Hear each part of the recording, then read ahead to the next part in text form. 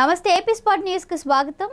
నూతన ప్రభుత్వం అబ్కారీ విధానంలో మద్యం షాపులు, బార్లు కేటాయింపులో 10% సొండి కులానికి కేటాయించాలని సొండి కులస్తుల రాష్ట్ర అధ్యక్షులు రత్నాల కాశీ విశ్వనాథ్ చౌదరి కోరారు.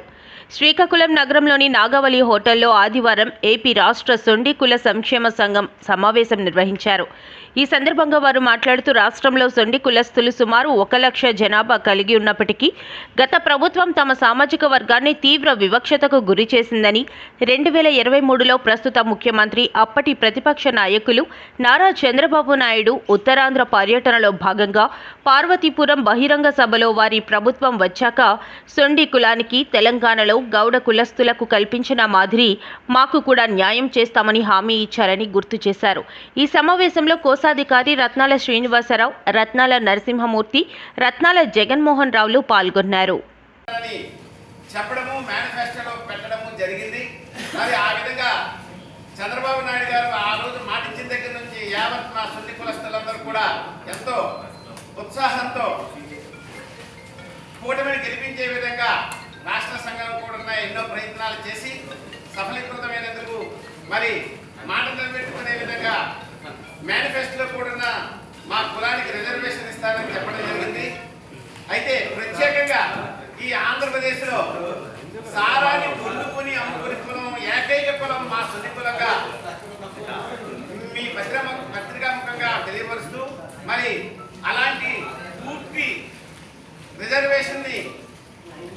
కలిగినటువంటి మా రాష్ట్ర సొంటి కులానికి ప్రత్యేకమైన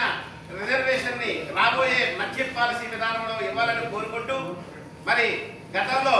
అచ్చెన్నాయుడు గారు అలాగే రామ్మోహన్ రెడ్డి గారిని కూడా అత్యధిక మెజార్టీతో గెలిపించి మన రాష్ట్రానికి మంత్రులుగా, కేంద్ర మంత్రిగా, రాష్ట్ర మంత్రిగా రావాలని మనస్ఫూర్తిగా కోరుకున్న రాష్ట్ర సంఘం ఈరోజు అది నెరవేరినందుకు గాను మరి ముఖ్యంగా వాళ్ళకి కృతజ్ఞతలు తెలుపుకుంటూ మరి మాకు ప్రత్యేక కార్పొరేషన్ కూడా రానున్న రోజుల్లో కంటిన్యూ చేస్తే, కార్పొరేషన్లందరూ కంటిన్యూ చేస్తే మాకు కూడా రిజర్వేషన్ ప్రత్యేక కార్పొరేషన్ కూడా కావాలని, అయ్యర్గా అనబడే కార్పొరేషన్లో మా సొంత కులాన్ని కలపడం ఎంతవరకు సబబు కాదని, ఆ అయ్యర్గా కులానికి కాకుండా మా సొంటి కులం